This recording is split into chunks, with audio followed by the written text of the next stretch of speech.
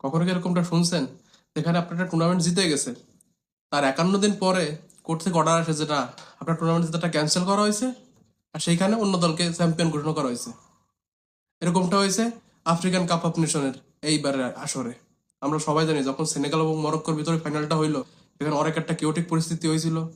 অনেক ঝামেলা ম্যাচের ভিতর, অনেকগুলো কাণ্ড, প্লেয়ারদের ওয়াক আউট করা, সেখান থেকে আবার আসা, তারপর সেনেগালের ওই দুর্দান্ত জয়, মেন্ডির পেনাল্টি সেভ, বহুত কিছু হয়েছে ওইখানে। কিন্তু এত কিছুর ভেতর সেখানে ম্যাচ 51 দিন আগে হয়ে গেছে, সেখানে সেনেগাল চ্যাম্পিয়ন হয়েছে, তারা ট্রফি সেলিব্রেট করছে, তারা ভিক্টোরি ব্যাট করছে তাদের নিজের দেশে যায়। আর সেখানে কালকে সে অফিসিয়াল বিবৃতিতে জানাইছে কালকে যে সেনেগালের এই জয়টা ক্যান্সেল করা হয়েছে, আর সেখানে জয় দেওয়া হয়েছে মরক্কোকে, যারা 3-0 গোলে জিতছে। এখন এরকমটা হওয়ার কারণ কি?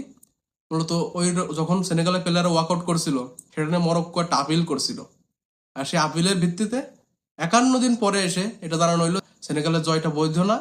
তো তারা যেহেতু ওয়ার্কআউট করছিল, সেজন্য তাদের জয়টা ক্যান্সেল করে দিয়ে মরক্কোকে উইন দেওয়া হয়েছে আফ্রিকান কাপ অফ নেশনের। এখন আমার কথা হলো, এসছে ন্যাক্কারজনক খারাপ ঘটনা ফুটবল ইতিহাসে হয়তো হইতে পারে না। এই এই ঘটনাটা না হবে আফ্রিকান নেশনগুলো ফুটবলের জন্য ভালো, না হবে বিশ্ব ফুটবলের জন্য ভালো। বিশেষ করে একবার ভাবুন, যারা উঠতি একজন একটা ফ্যান কিংবা খেলোয়াড়, তখন দেখবে যে এরকম কারাপশনের ভিতর তাদের ফুটবলটা বিল্ড আপ হচ্ছে, তারা কি আদৌ চাইবে যে আমি আর ফুটবলার হই কিংবা ফুটবল খেলি? আমার তো মনে হয় না।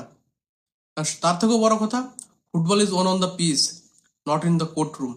আর সেই জিনিসটা এখানে তার উল্টা। এখানে ফুটবল জিতে গেল কোর্ট রুমে, আর পিচে যারা জিতলো তারা জিতেও হেরে গেছে।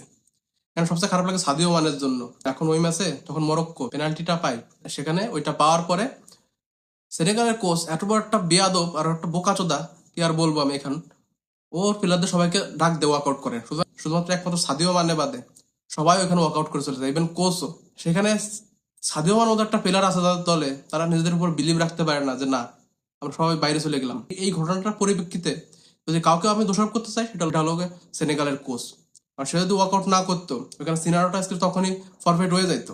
এরকম একটা দুর্নীতি বা ন্যাক্কারজনক সেটা হচ্ছে দেখা লাগতো না ওয়ার্ল্ড ফুটবলে। এটা আজকে দেখতে হচ্ছে। সবচেয়ে খারাপ লাগে সাদিও মানের জন্য। সেনেগালের সব প্লেয়ার ওয়ার্কআউট করলেও এখন সাদিও মান একটা প্লেয়ার ছিল যে পিছে দাঁড়ায় ছিল, যে বলছিল আমরা ফাইট করব হোয়াট এভার দ্য রেজাল্ট, সেটা তারা করছিল। সে তার ড্রেসিং রুমে সব প্লেয়ারদের ডাক দিলো, তারা এসে খেললো, সেখানে মেন্ডির পেনাল্টি সেভ, তারপর সেনেগাল স্কোর করলো, আর সেখান থেকে সেনেগাল চ্যাম্পিয়ন হইলো। কিন্তু সবকিছু বৃথা। এখন এখানে একটা জিনিস দেখার বিষয় কি, যে মরক্কোর প্লেয়ার এটা নিয়ে কেমন ভাবে রিয়াক্ট করে। এবং তারা যদি এই জয়টাকে মেনে নেয়, কিংবা তারা যদি এই জয়টাকে সেলিব্রেট করে, তাহলে বুঝতে হবে তাদের ভিতর স্পোর্টসম্যানশিপের কোনো কিচ্ছু নাই। কারণ এরকম জয়কে তারা সেলিব্রেট করবে, তারা তাদের ফুটবল খেলা ছেড়ে দেওয়া উচিত, যত ভালো প্লেয়ারই থাকুক না কেন। আর তারা